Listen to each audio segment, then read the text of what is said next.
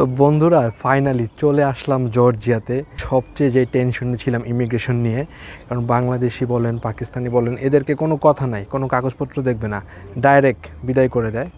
তো আমি সকল কাগজপত্র রেডি ছিল আমার, পাশাপাশি আমি জর্জিয়ার সাথে কিন্তু তুরস্কের বর্ডার। তো সব কিছু মিলে মানে আমার রিটার্ন টিকিট কোথায় করলে ভালো হবে, দুবাই না তুরস্ক, মানে চিন্তার মধ্যে ছিলাম। আর যদি রিটার্ন করে দেয় কী একটা অবস্থা বলেন, কারণ আমি আসছি আজারবাইজান থেকে, রিটার্ন করলে কোন দেশে রিটার্ন করবে, সব কিছু মিলে একটা ঝামেলা। তো আমি আপনাদের সাথে আমার জর্জিয়ার ইমিগ্রেশনটা এক্সপিরিয়েন্সটা শেয়ার করব। জর্জিয়ার ক্ষেত্রে যেটা মোস্ট ইম্পর্টেন্ট সেটা হচ্ছে আপনার ট্রাভেল হিস্টোরি থাকতে হবে। প্রথমত গেট আপ সেট আপ তো একটা বিষয় আছেই, পাশাপাশি ট্রাভেল হিস্টোরি। আর জর্জিয়ার ক্ষেত্রে আমি অনেকগুলো ভিডিও দেখছি, এরা ইন্স্যুরেন্স চেক করে এটা সেটা ভিডিওতে বলা, কিন্তু আমি ইন্স্যুরেন্সের কথা ভুলেই গেছিলাম, আমার কোনো ইন্স্যুরেন্স ছিলই না। আমাকে জাস্ট জিজ্ঞেস করছে কয়দিন থাকবা, 5 দিন, আর পাসপোর্টটা দেখলো। আর আমি যেহেতু তাজিকিস্তানে গেছিলাম, একটু জিজ্ঞেস করলো তাজিকিস্তানে কেন গেছিলা, তাজিকিস্তান রিসেন্টলি তাজিকিস্তানের সিটিজেন রাশিয়াতে বম্বিং করছে। যাই হোক, আমি ঘুরছি উজবেক তাজেক সব জায়গায় আমি ঘুরছি এটা সেটা। পরে পাসপোর্টটা নিয়ে গেল, নিয়ে যেয়ে আর কি চেক করলো। আর প্রথমে ইমিগ্রেশন যে কাউন্টারে গেছি, পাসপোর্ট ধরেই বাংলাদেশ ধরেই আর কি, আর কিছু চেক না করেই জিজ্ঞেস না করেও সাথে সাথে আমার ওই পাশের রুমে পাঠিয়ে দিল।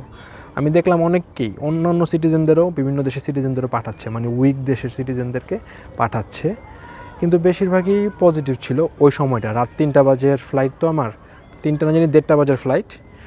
তো জর্জিয়ার ক্ষেত্রে যেটা ইম্পর্টেন্ট সেটা হচ্ছে ট্রাভেল হিস্টোরি। আর জর্জিয়ার যে গেট আপ সেট আপ, সব জায়গায় তারা ইউরোপের পতাকা লাগায় রাখে এবং তারা ইউরোপের খুব বন্ধুত্ব প্রমাণ করতে চায় এবং তারা নিজেদেরকে ইউরোপের একটা দেশ হিসাবেই মনে করে।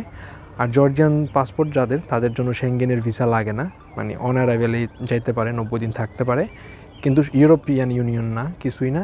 কিন্তু এরা অ্যাপ্লাই করছে আর খুব চেষ্টার মধ্যে আছে। আর এখানে খাবার দাবারের একটু সমস্যা, এই হালাল খাবার পাওয়া যায় একটু কম। আর খাবার দাবারের কালচারটা একটু অন্যরকম এখানে, এরা এত খাবার টাবার খায় না, সবাই দেখতে দেখতে খুবই সুন্দর, খাবার টাবার কম খায়। রুটি জাতীয় একটা খাবার আছে যেটা হালাল, সেটা আপনারা খাইতে পারবেন। আপনারা কাঁচাপুরি খাইতে পারবেন, কাঁচাপুরি হচ্ছে হালাল একটা খাবার। কাঁচাপুরি আর নুডলস টুডলস কয়েক জায়গায় পেয়ে যাবেন, এগুলাই আর কি। তো এই হচ্ছে বন্ধুরা, অনেক সুন্দর, তিবলিসটা অনেক সুন্দর, সব জায়গায় চার্জে ভরপুর। কিন্তু আমার কাছে আজারবাইজান অনেক পরিষ্কার পরিচ্ছন্ন ছিল তিবলিসের চাইতে অবশ্যই। কিন্তু যাই হোক, এখানে আসলে আপনি একটা ইউরোপের ভাইব পাবেন।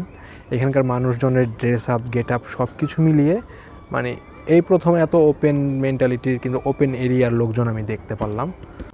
আর বন্ধুরা, ছবি তোলার ক্ষেত্রে খুবই সাবধান। আপনি জর্জিয়ার ইমিগ্রেশনের ঢোকার আগে থেকেই এরা মানে সব জায়গায় ফটোগ্রাফ ছবি তোলা যাবে না, এমনকি আপনি নিচে নেমে লাগেজের জন্য যেখানে অপেক্ষা করবেন সেখানেও ছবি তোলা যাবে না। আর তিবলিসের এয়ারপোর্টটা খুবই ছোট, মানে আপনি বের হয়ে যাওয়ার পরও দেখা যাবে যে পুলিশ আপনাকে লক্ষ্য করতেছে। তো সাবধান, ছবি তোলা থেকে একেবারেই বিরত থাকবেন। এবং এরা কন্টিনিউয়াসলি মাইকিং করে এয়ারপোর্টের ভেতরে যে ইমিগ্রেশনের আশেপাশে এটা ছবি তোলা অপরাধ। তো ছবি টবি তুলবেনই না। এই জন্য আমি যখন মানে জর্জিয়ার ইমিগ্রেশনে ঢুকি কিংবা জর্জিয়ার দেশে ঢোকার পর থেকে ভিডিও একেবারে কেয়ারফুল ছিলাম, যাতে আমি এদের সাথে কোনো রকমভাবে কোনো এনকাউন্টারের মধ্যে না পড়ি। তো এটা মাথায় রাখবেন, জর্জিয়ার ক্ষেত্রে অবশ্যই কোনো রকম ধরনের ক্যামেরা বের করে ইমিগ্রেশনের সামনে চলে আসছেন, বের হয়ে গেলেও ছবি তুলতে পারবেন না আপনি।